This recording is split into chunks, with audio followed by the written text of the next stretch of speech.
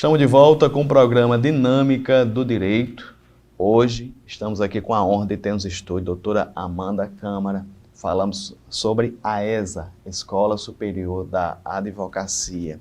Falamos sobre o desafio que ela teve, montar a equipe motivada para todo esse triênio trabalhar em favor da qualificação da advocacia aqui no Rio Grande do Norte. Doutora Amanda, eu queria que nesse bloco a senhora definisse de início essas colunas de cursos que vocês estão ofertando no site da UAB. O que seria, inicialmente, o curso de Visual Law? O curso de Visual Law é uma das formas, hoje, que o advogado mais precisa se atualizar. As justiças, principalmente o TRT e a Justiça Federal, elas já passaram a utilizar o Visual Law como um dos elementos de suas decisões ou de análise das próprias petições dos advogados. Então, mas o que é isso, né? O nome é algo, né, que gera uma dúvida. São formas de utilização de elementos visuais nas peças processuais, que, segundo estudos de uma universidade norte-americana, 43% das peças judiciais que são utilizadas com imagens são mais persuasivas, né? Agora, eu deixo só fazer um adendo que recentemente eu vi uma peça de Visual Law usando memes, né? Eu vou perguntar ao professor Marco Bruno durante o curso se isso pode ou se isso não pode, né? Porque um dos memes era aquele, pode, Arnaldo? Né? Então, eu acho que o Visual Law ele tem limites, né? E nós vamos conseguir aprender dentro desse curso o que é que a gente vai poder usar e o que é que a gente não vai poder usar. Então, é uma nova forma de você conseguir, dentro da sua atuação da advocacia, mudar a sua forma de peticionamento, ou dentro do próprio escritório, no momento que está atendendo um cliente, de conseguir passar um contrato de forma mais específica ou especializada para o cliente que você está atendendo. Se é um cliente mais jovem, fazer uma linguagem mais dinâmica, colocar uma letra diferente. Se for mais idoso, uma letra maior. Então, tudo isso faz parte do Visual Law. Então, desde já eu quero convidar todos que têm interesse a participarem desse curso, que, sem sombra de dúvidas, vai auxiliar muito na sua atuação prática.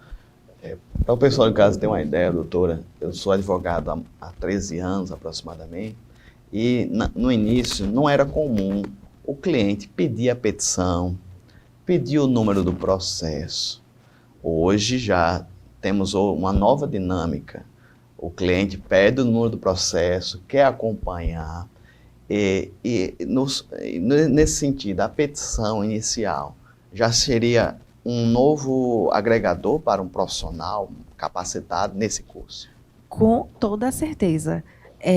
O Visual Law ele não é um tema novo. Há mais ou menos uns 2, 3 anos, eu comecei a ver as primeiras petições de Visual Law em São Paulo, principalmente nos escritórios que trabalham com propriedade intelectual, de colocar um sumário, de colocar como se fosse uma espécie de apresentação de PowerPoint, né? Coloca o nome do que vai tratar na peça, do lado coloca o número da página, colocam desenhos, esquemas. Então, isso, na hora do magistrado julgar, facilita muito, né? Eu acho que do advogado que vai contestar também, porque é um elemento facilitador, inclusive, de acesso à justiça e de entendimento do magistrado. Muito bem. Tem outro curso aqui interessante que vocês estão ofertando, que é esse webinar de direito eleitoral. Essa proposta partiu de vocês escutaram os colegas advogados, como foi? Essa proposta dos cursos de eleitoral para cada subseção foi algo que foi pensado enquanto diretoria e na reunião, porque esse ano é um ano eleitoral. E no passado aconteceram cursos de capacitação também em subseções. Por que não repetir? Por que não capacitar o advogado que muitas das vezes não atua na área eleitoral, mas quer uma oportunidade e não sabe por onde começar?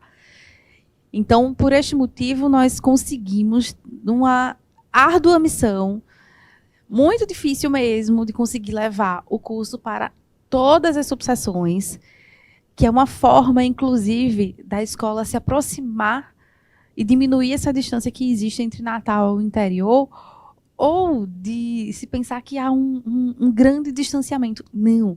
A escola está para servir o Estado inteiro, não só os advogados da capital. Nesse ponto, doutora, vocês estão, mais uma vez, eu quero parabenizar vocês.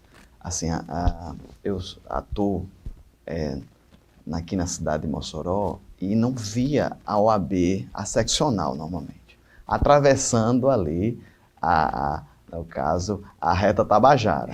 Normalmente, a seccional parava ali. Mas vocês, com muita coragem e com muita propriedade, só destacando aqui que todos os cargos da ordem da OAB são voluntários. Voluntários. A doutora tem a sua vida como professora universitária, como advogada, mas mesmo assim serve a advocacia potiguar. Exatamente. Uma vez me perguntaram isso, mas por que você está lá? Eu fiz, porque é muito bom você saber que você está fazendo alguma coisa pela sua classe, independente de qualquer coisa. É muito bom você saber que você está agregando algo que vai diferenciar ou que vai ajudar o advogado a se capacitar, a melhorar a sua atuação profissional. E eu acho que isso não tem preço que pague. É mais ou menos como eu sou professora, né? Como diz a professora, sua aula foi maravilhosa. Ai, professora, que pena que o semestre acabou. Então, quando se oferece esse tipo de curso, a gente consegue chegar no interior, ou na própria seccional, quando a gente tem os cursos e, ao final, alguém vem elogiar, não tem preço que pague. O trabalho é voluntário, 100%, 100%, 100%, mas eu acho que o retorno, o feedback que a classe nos dá, não tem nada que possa ser mais gratificante do que isso. Doutora, se o webinar eleitoral é algo circunstancial, devido às iminências das eleições, um curso de capacitação em PJE é de suma importância para toda a vida do advogado. Exatamente. O curso de capacitação em PJE, ele foi pensado porque eu, como professora, né, eu converso muito com meus ex-alunos e pergunto o que é que vocês querem. E eles diziam PJE, PJE, PJE. Não tinha nenhum aluno que eu perguntasse que não quisesse PJE. Só um adendo, doutora, processo judicial eletrônico, exatamente. E muitos colegas que receberam a carteira da OAB comigo, que foram para outras carreiras e agora estão voltando, eu não sei mexer no sistema, né? Então, por que não levar essa capacitação continuada para todo o Estado, né? Diferente do curso eleitoral, a gente não levou tudo de uma vez. A gente está levando aos pouquinhos a capacitação continuada em PJE, mas a gente pretende levar para todas as subseções também. Não sei se vamos conseguir, mas é uma pretensão que nós temos, para que cada uma consiga ter e o advogado consiga mexer no sistema, porque às vezes parece um mundo paralelo que você abre ali o PJE e você não sabe para onde é que vai, ou o que fazer. Então, para que se evite isso, a gente tem esse curso de capacitação continuada.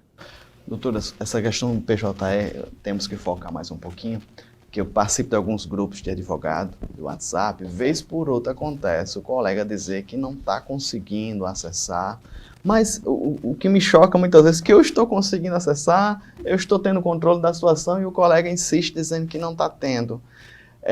Será que às vezes o colega não deve ter um pouquinho de humildade e procurar às vezes um técnico, uma pessoa mais qualificada nesse sentido, ou o advogado tem que enfrentar, doutora, todo dia matar esse leão?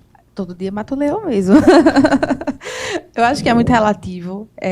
Pedro Brito, que é o presidente da Comissão de Tecnologia da Informação, que é o responsável pelo PJE, nos cursos deles, ele sempre fala que o advogado ele precisa entender do PJE, mas ele precisa entender um pouquinho sobre as questões de informática.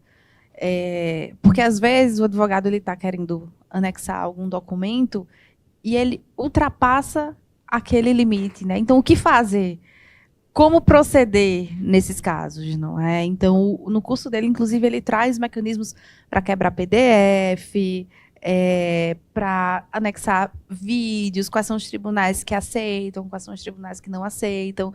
Então, por mais que às vezes a gente precise de uma ajuda mais técnica em TI, a gente pode sim saber como é que podemos proceder em alguns desses casos, e o material dele, ele traz vários direcionamentos nesse sentido. Doutora, assim, eu prezo um pouquinho pela humildade, sabe, de reconhecer. Assim, eu estava recentemente atualizando meu token, que a cada 3 anos a gente tem que fazer. Aí do meu lado tinha uma colega insistindo com o técnico, com um computador da Apple, que trabalha só em nuvem, e ela insistindo às vezes naquele aparelho, e eu tive vontade de dizer, doutora, vá na Magazine, compre um mais simples. O mais simples, eu concordo. Muitas vezes o mais simples de se trabalhar sai mais acessível, até no YouTube, ter mais vídeos e recursos.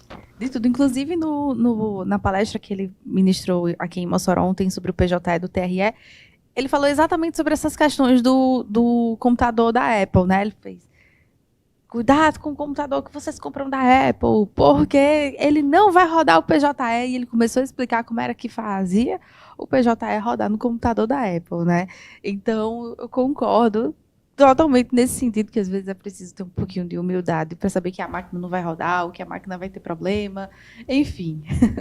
Muito bem, estamos aqui conversando com a doutora Amanda Câmara, ela que é diretora da ESA, Escola Superior da Advocacia, falar um pouquinho dos cursos que eles estão promovendo aqui no ano de 2022, que está em todas as subseccionais, através de aulas online e também parte delas presencial.